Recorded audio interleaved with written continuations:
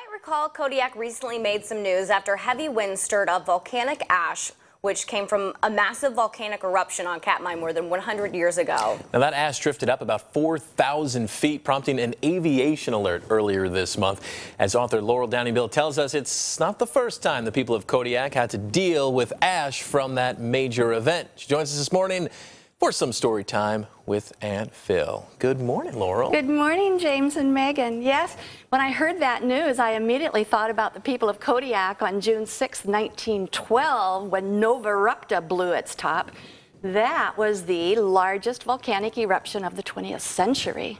Oh, wow. So as big as it was, not a lot of people actually witnessed it. Is that right? That's right. Only some natives that were living on Savanoski and Katmai were the actual eyewitnesses to the event. But people on the shores of Cook Inlet and in Seward heard explosions, and they saw flashes in the sky and clouds of ash.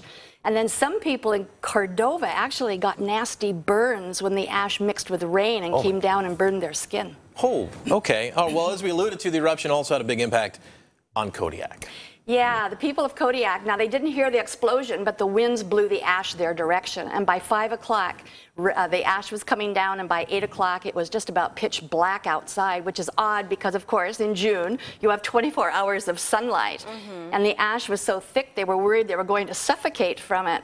In fact, people that were standing 200 feet away from a building that was burning to the ground did not even know there was a fire going on. Oh my gosh. So people, they were able to escape the island, or did they have to ride it out and stay in their homes? Well, luckily, the revenue cutter Manning was in port that day, and so the Greek priest came up with a plan and told the people when they heard the bells of the church ring that they were supposed to head down to the dock to get on the Manning.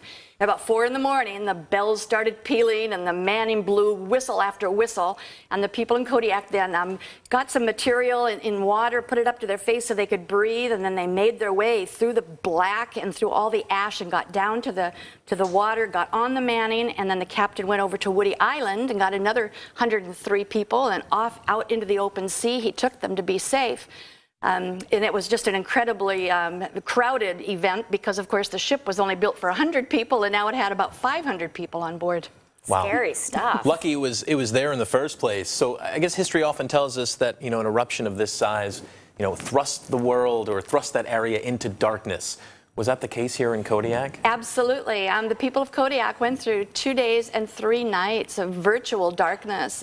They did make it back to the shores on June the 10th to see that Kodiak was still standing, but it was totally buried in ash. In fact, more ash came out, 30 times more ash came out of that than Mount St. Helens in 1980. Wow. And all that ash helped create what we now call the Valley of 10,000 Smokes. And then in September of 1918, President Wilson established the Katmai National Monument, which later became the Katmai National Park and Preserve when the ANILCA passed in 1980. Those images are stunning. It looks like massive snowfall. That's ash. Yeah. That is ash. Tough to wrap your head around it. The black and white doesn't help, but my goodness, that is something. I had no idea. Yeah, the people thought they were going to be found like those of Pompeii. Oh boy, that's not good. That's all right though. They escaped. They escaped. They escaped, and they're still there to tell the story. Well, at least their descendants are.